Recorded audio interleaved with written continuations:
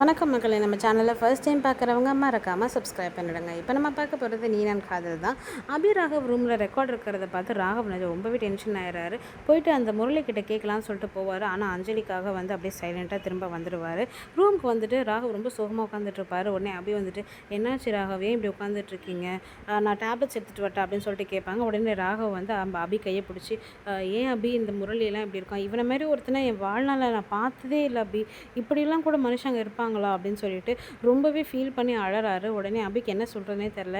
இவங்களுக்கெல்லாம் வந்து உறவுகளோட அருமை புரியவே இல்லை ராகவ், அதனால தான் அப்படி இருக்காங்க. இதெல்லாம் நினச்சி நீங்கள் ஏன் ஃபீல் பண்ணுறீங்க? ஆனால் முரளியை பற்றின உண்மை வந்து அஞ்சலி அக்காவுக்கு தெரிய வரும்போது அஞ்சலி அக்கா என்ன பண்ண போகிறாங்கன்னு தெரியல அப்படின்னு சொல்லிட்டு அபியும் ரொம்ப ஃபீல் பண்ணிகிட்டு இருப்பாங்க. ராகவ் உடனே வந்து நான் உன் மடியில் படுத்துக்கவா அபி அப்படின்னு சொல்லிட்டு வந்து அபிக்கிட்ட ரொம்ப பாவமாக கேட்குறாங்க. உடனே அபி சரின்னு சொல்லி தலையாட்டினதுனால அப்படியே மடியில் படுத்துக்கிறாங்க. அபி வந்து அவங்க கையால் வந்து ராகவ் முடியை கோதி விடுறதுக்காக போகிறாங்க. ஆனால் வந்து ராகவ் சொன்னது எல்லாமே வந்து அவங்களுக்கு உடனே மைண்டில் வந்ததுனால அவங்க அப்படியே சைலண்ட்டாக அப்படியே கம்முன்னு உட்காந்துட்டு இருக்காங்க. ராகவ் வந்து அவங்க மடியில் படுத்துட்டு ரொம்பவே அழுதுட்ருக்காரு.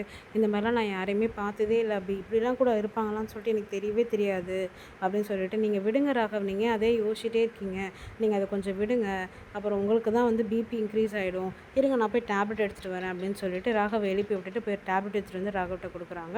அடுத்த நாள் காலைல வந்து பார்த்திங்கன்னா முரளி வந்து ஹாலில் உட்காந்து பேசிகிட்டே இருக்கும்போது அனு அந்த சைடு வராங்க.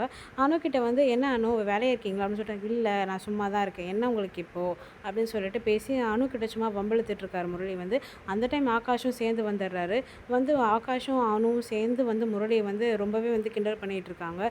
உனக்கெலாம் கண்டிப்பாக நீ ஒரு நாள் மாட்டுவ அப்படி அப்படின்னு சொல்லிட்டு இருக்காங்க. நம்ம வீடியோ சப்ஸ்கிரைப் பண்ணவங்களுக்கு ரொம்ப நன்றி. சப்ஸ்கிரைப் பண்ணாதவங்க மறக்காமல் சப்ஸ்கிரைப் பண்ணிடுங்க.